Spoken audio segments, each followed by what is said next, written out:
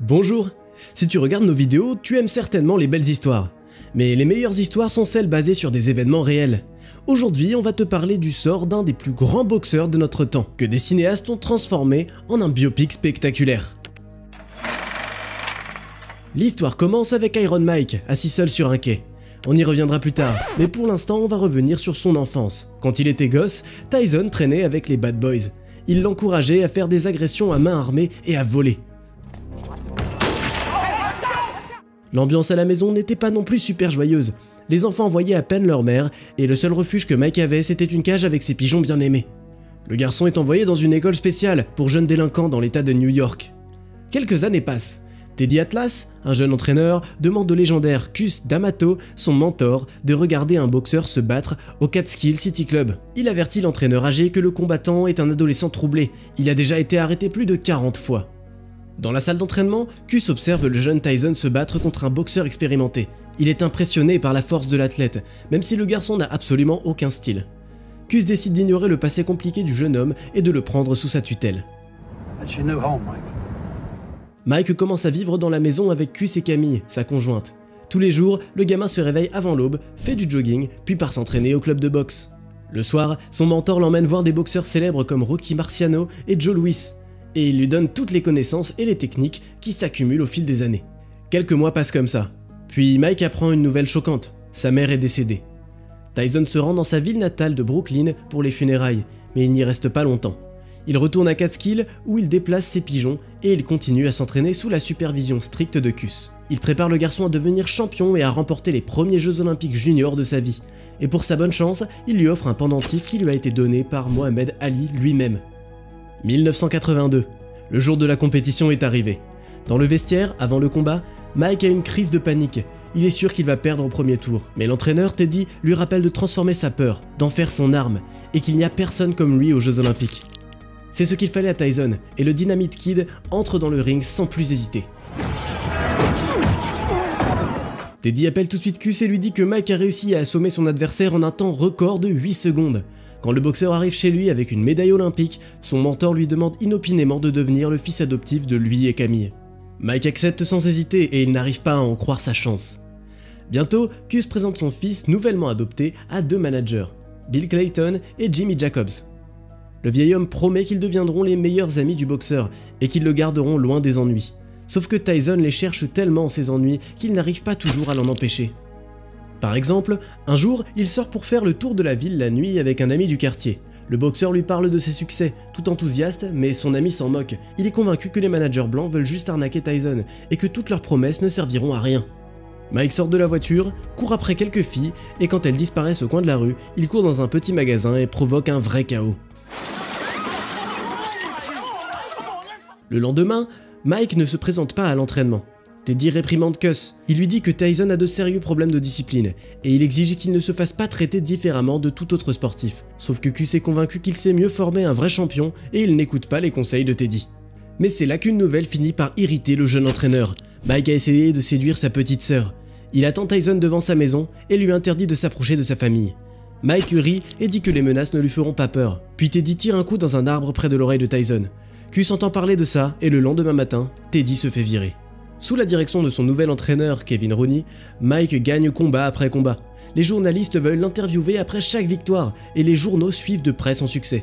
Pendant ce temps-là, la santé de Cus commence à se détériorer considérablement. Un jour, il tousse tellement qu'il ne peut pas rester jusqu'à la fin du combat et il finit à l'hôpital.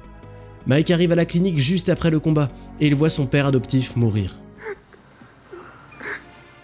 Après la mort de son mentor, Mike semble perdre tout goût à ses entraînements et à la vie en général. Il laisse même ses pigeons s'envoler alors qu'il y tenait tellement. Quand le manager essaie de regarder les combats des autres avec Tyson, Tyson ne regarde même pas l'écran et il pleure car son père adoptif lui manque. Jimmy le calme en lui faisant savoir qu'il est prêt à prendre la place du mentor préféré de Mike. On est en 1986. Tyson combat un adversaire puissant, Trevor Berbick. Mike frappe son adversaire avec une force meurtrière et le force à terre 2 fois. Mais Trevor arrive quand même à se lever. La 3e fois suffira pour terrasser Trevor. Il se lève, titube et l'arbitre arrête enfin le combat. À l'âge de 20 ans, Mike devient le plus jeune champion poids lourd de tous les temps. Parlant à la télévision, le champion dédie son triomphe à son mentor, Cus. La personnalité de Mike devient de plus en plus insupportable. Il refuse de regarder les combats des autres, il exige de la nourriture spéciale et il est impoli envers tous les membres de son équipe, sauf envers Jimmy, avec qui il partage la nouvelle qu'il a rencontrée, la plus belle et la plus intelligente des filles de sa vie, une certaine Robin. Quand il apprend qu'ils se sont rencontrés pour la première fois à la télévision, le mentor n'arrive pas à s'arrêter de rire. Tyson ne se laisse pas faire, donc le soir même, il obtient le numéro de Robin Givens et l'appelle. Elle est flattée qu'un athlète aussi célèbre s'intéresse à elle et accepte de le rencontrer. Quand le boxeur entre sur le ring contre Tony Tucker, Robin et sa mère sont déjà assises au premier rang, regardant Iron Mike avec de l'amour dans les yeux. Pendant le combat, son adversaire parvient à faire l'incroyable. Il touche le menton de Tyson avec un uppercut au premier tour. Mike est en pleine défense et il est bien en dessous de son niveau habituel. Pendant la pause, Kevin dit à Tyson que Robin ne l'aimera que comme un champion, ce qui rend Mike furieux. Pendant les matchs qui suivent, il prend les dessus sur son adversaire et au deuxième tour, il arrive enfin à arracher la victoire et il devient le champion du poids lourd incontesté. Après un certain temps, Mike épouse Robin. Alors que sa femme bavarde avec les journalistes toute contente, il appelle sa mère adoptive Camille et lui annonce la bonne nouvelle. Elle se met à pleurer. Mike lui dit qu'il est désolé qu'ils aient gardé le mariage secret, car Robin est déjà enceinte de 3 mois. Mais ce n'est pas pour cette raison que Camille pleure. Apparemment, Jimmy est mort de leucémie. Mike se rend en Californie pour assister aux funérailles de son deuxième mentor. Là, il est accueilli par le célèbre promoteur Don King. Il commence à poser des questions provocatrices à Tyson, demande s'il fait confiance à son manager Bill Clayton. King propose 5 combats faciles pour 5 millions chacun au boxeur, et Tyson lui répond qu'il y réfléchira. Au cimetière, Bill demande à Mike ce que King voulait de lui. Le boxeur lui parle de la proposition de King, mais il ne mentionne pas qu'il a promis d'y réfléchir. Peu après, il s'enfuit et se cache derrière une pierre tombale. Quand Kevin s'approche de lui, Tyson avoue qu'il est fatigué de tout ce chagrin. En plus de ça, il a l'impression que l'argent change ses relations avec les gens pour le pire. Une histoire sur Mike et Robin qui vivent maintenant dans un manoir de 6 millions de dollars est diffusée à la télévision. Dans ce film, la femme du boxeur raconte comment le gérant de Mike, Bill, a tenté de saboter leur mariage et de leur voler leur famille. Don King soutient ces accusations avec des déclarations publiques et il signe bientôt un contrat avec Mike. Sauf que derrière son dos, le promoteur sournois lance des ragots disant que Robin n'est pas du tout enceinte et que sa carrière de mannequin n'est qu'une arnaque.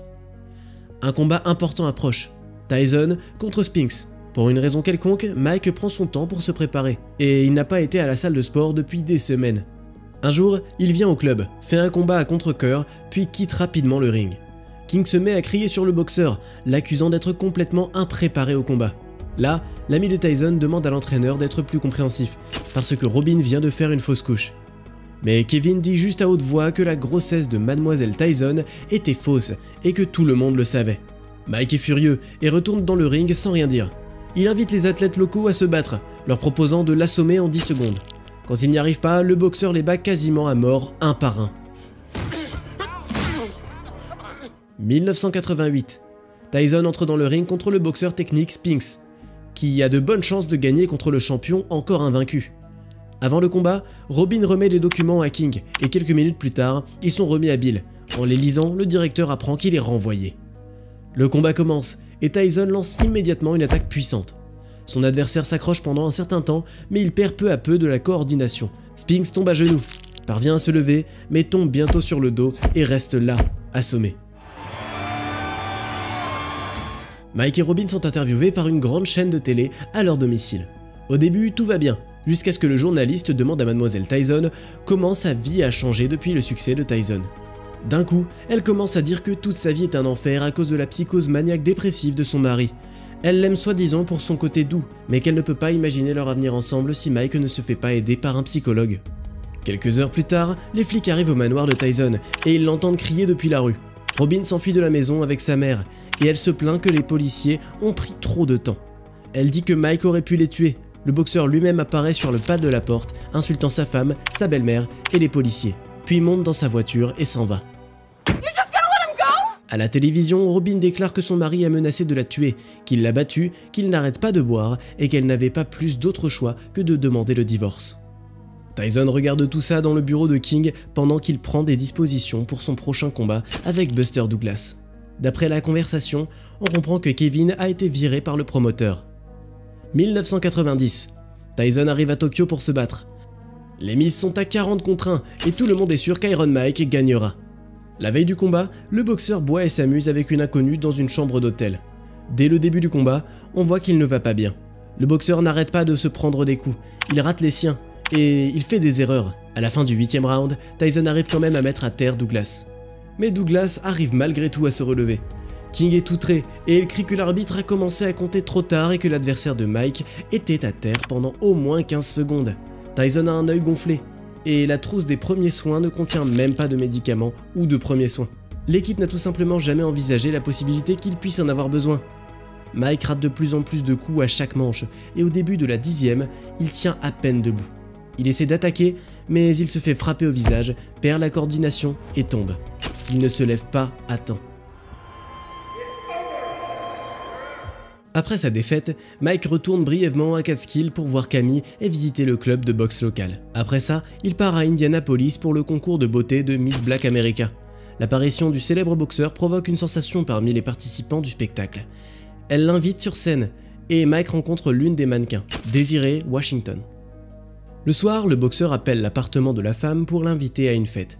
Elle hésite d'abord, utilisant l'heure tardive comme excuse, et elle lui propose de se rencontrer le lendemain. Tyson répond qu'il sera déjà parti demain. Puis Desiree descend et rentre dans la limousine de Mike.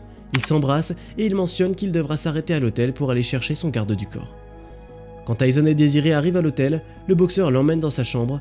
Ils disent qu'ils vont juste y passer une seconde, mais il ferme la porte derrière lui et on ne sait pas vraiment ce qui s'est passé juste après. Mais Desiree a accusé Tyson de viol. Il est condamné à 6 ans de prison et juste après sa libération anticipée, il annonce qu'il reprend sa carrière. D'ailleurs, tu sais pourquoi Iron Mike adorait autant les pigeons? Il y a une histoire assez tragique derrière ça en vrai.